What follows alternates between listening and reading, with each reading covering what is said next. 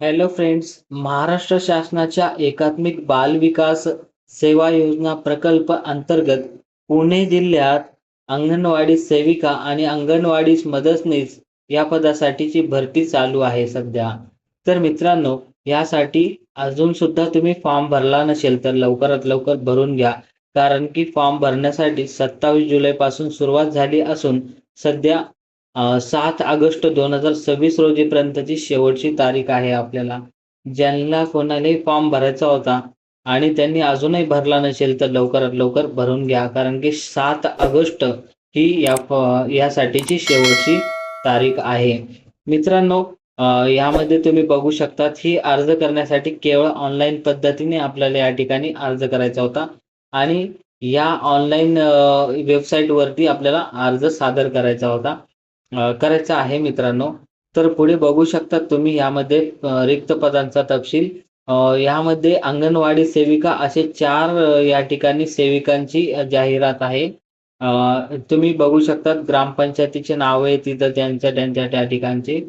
पुढे बघू शकतात यामध्ये अंगणवाडी मदतनीस यासाठी एकूण 26 असे रिक्त पदे आहेत आणि ग्रामपंचायतीचे नावे या ठिकाणी देण्यात आलेली आहेत. पुढे अजून अशी माहिती आपल्याला आहे. पात्रता बघू शकता तुम्ही. शैक्षणिक पात्रता अंगणवाडी सेविका आणि अंगणवाडी मदतनीस यासाठी किमान आवश्यक पात्रता आपल्याला जाहिरातीमध्ये इयत्ता 12वी उत्तीर्ण अथवा समकक्ष असे सांगितण्यात आलेले आहे. म्हणजेच 12वी पास उमेदवार मदतनीस आणि सेविका या पदासाठीचे अर्ज करू शकतात. सोबतच अजून महत्त्वाच्या माहिती यामध्ये तुम्ही बघू शकता. स्थानिक रहिवासी असणे अशी अट यामध्ये सांगण्यात आली आहे. अंगणवाडी सेविका मदतनीस या पदाकरिता अर्जदार महिला ही त्या गावातील ग्रामपंचायत नव्हे तर फक्त महसुली गाव, वाडी, वस्ती, पाडे यातीलच उमेदवारांना स्थानिक समजण्यात येईल अशी महिला उमेदवार अर्ज करण्यास पात्र राहील. याकरिता तहसीलदार यांच्याद्वारे देण्यात आलेला रहिवासी दाखला ग्राह्य धरण्यात येईल. तहसीलदार यांचे रहिवासी दाखला नसल्यास उमेदवार अपात्र ठरविण्यात येईल. म्हणजेच यामध्ये स्थानिक रहिवासी असल्याबद्दलचा जे काही आपल्याला तहसीलमधून एक ज्याला आपण डोमासाईल म्हणतात किंवा रहिवासी दाखला म्हणतात ते असणे आपल्याला आवश्यक आहे यासाठी. सोबतच तुम्ही बघू शकतात यामध्ये जन्मतारखेचा दाखला किंवा शाळा सोडल्याचा TC हे कशासाठी तर वयोमर्यादेसाठीचा प्रूफ म्हणून आपल्याला या ठिकाणी सादर करायचा आहे. पुढे बघू शकतात मराठी भाषेचे ज्ञान असणे आवश्यक आहे असं यामध्ये सांगितलंय.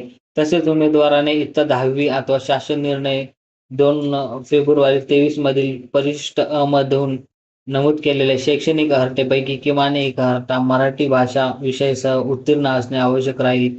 म्हणजेच मराठी भाषेच्या ज्ञानासाठीचं यामध्ये सांगितलंय. आपल्याला लहान कुटुंबाचं प्रमाणपत्र साठी द्यायचं आहे. अंगणवाडी सेविका व अंगणवाडी मदतनीस या दोन्ही पदांसाठी थेट सरळ सेवेने नियुक्तीसाठी लहान कुटुंबाची अट खालीलप्रमाणे लागू राहील. म्हणजेच यामध्ये आपल्याला लहान कुटुंबाचा प्रमाणपत्राचा नमुना दिलेला आहे ते भरून द्यायचा आहे. सोबतच बघू शकता तुम्ही उमेदवाराने लहान कुटुंबाचे प्रतिज्ञापत्र परिशिष्ट ब म्हणजेच अर्जामध्ये देण्यात आलेलं आहे आपल्याला यामध्ये. आता अतिरिक्त गुणबद्दल सांगितलं आहे इथं. तर विधवा व अनाथ जर उमेदवार असेल तर उमेदवारांच्या बाबतीत तशी परिशिष्ट अ मध्ये नमूद केल्यानुसार 10 अतिरिक्त गुण कागदपत्र पडताळणी अंतिम पहिली गुणवत्ता यादी तयार करताना देण्यात येईल.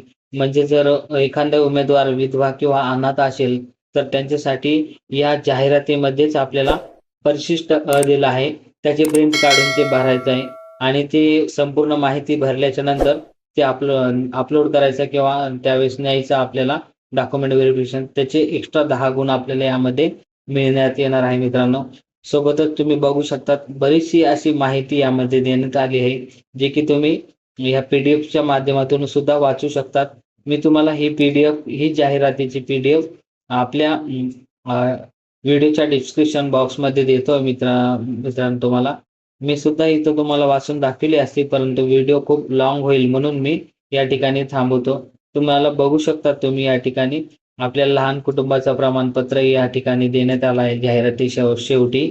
पुढे अजून हे सुद्धा आलेलं आहे की स्वयं घोषणापत्र हे फक्त आणि फक्त विधवा उमेदवारांकरिताच या ठिकाणी देण्यात आलं आहे. असं सर्व माहिती भरून हे करायचा. शेवटी या ठिकाणी तारीख वगैरे सांगण्यात आलेलं आहे. नेमकं आपल्याला कार्यक्रम म्हणजे कशा पद्धतीनं ही निवड करण्यात येणार त्यासाठीचं देण्यात आलं आहे.